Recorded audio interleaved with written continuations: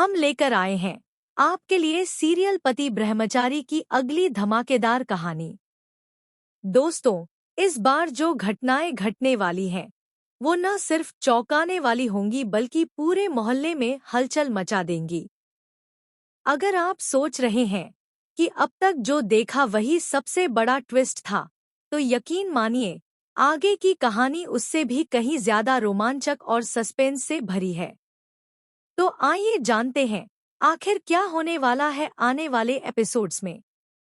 कहानी की शुरुआत होती है एक साधारण दिन से। मोहल्ले के बच्चे खुशी खुशी खेल रहे होते हैं और ईशा उनके लिए खाना बनवाने की जिम्मेदारी निभा रही होती है। सबको लगता है कि आज का दिन हंसी खुशी बीतेगा, लेकिन तभी अचानक एक ऐसा हादसा होता है जो सबको हिलाकर रख देता है। बच्चों के खाने में नमक की जगह कोई खतरनाक चीज मिली पाई जाती है और कुछ ही देर में बच्चों की तबीयत बिगड़ने लगती है। किसी को चक्कर आने लगते हैं तो किसी को उल्टियां शुरू हो जाती है। पूरा माहौल अफरातफरी में बदल जाता है।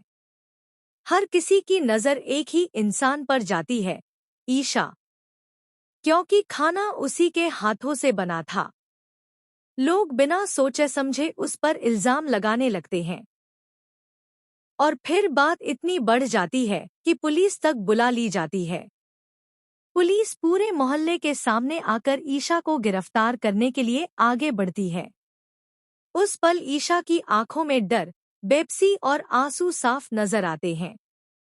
उसे समझ ही नहीं आता कि आखिर उसने कौन सा गुनाह कर दिया है।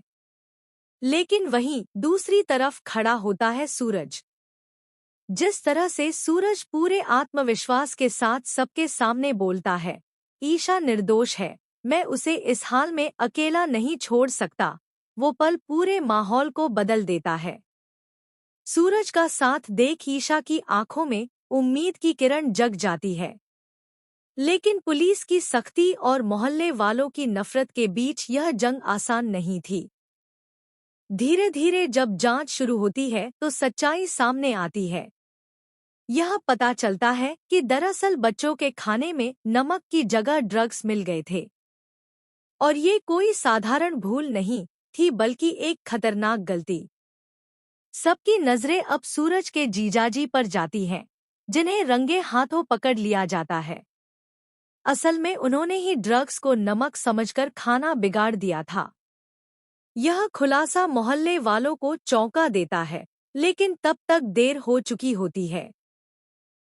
ईशा को जेल की सलाखों के पीछे डाल दिया जाता है। उस पल सूरज का दिल टूटकर बिखर जाता है।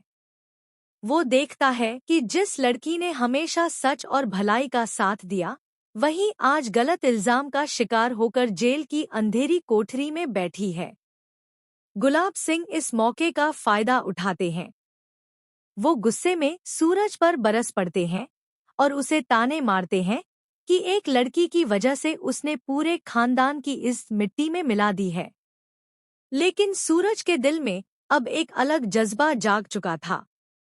उसे एहसास हो गया था कि चाहे दुनिया उसके खिलाफ क्यों न हो, वो ईशा को तकलीफ में कभी अकेला नहीं छोड़ सकता। इसी बीच जेल में बैठी ईशा को भी कुछ चौंकाने वाले सबूत मिल जाते हैं।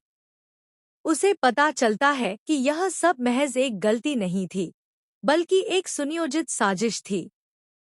ईशा अपने साहस के साथ सबूत सूरज तक पहुंचाती है।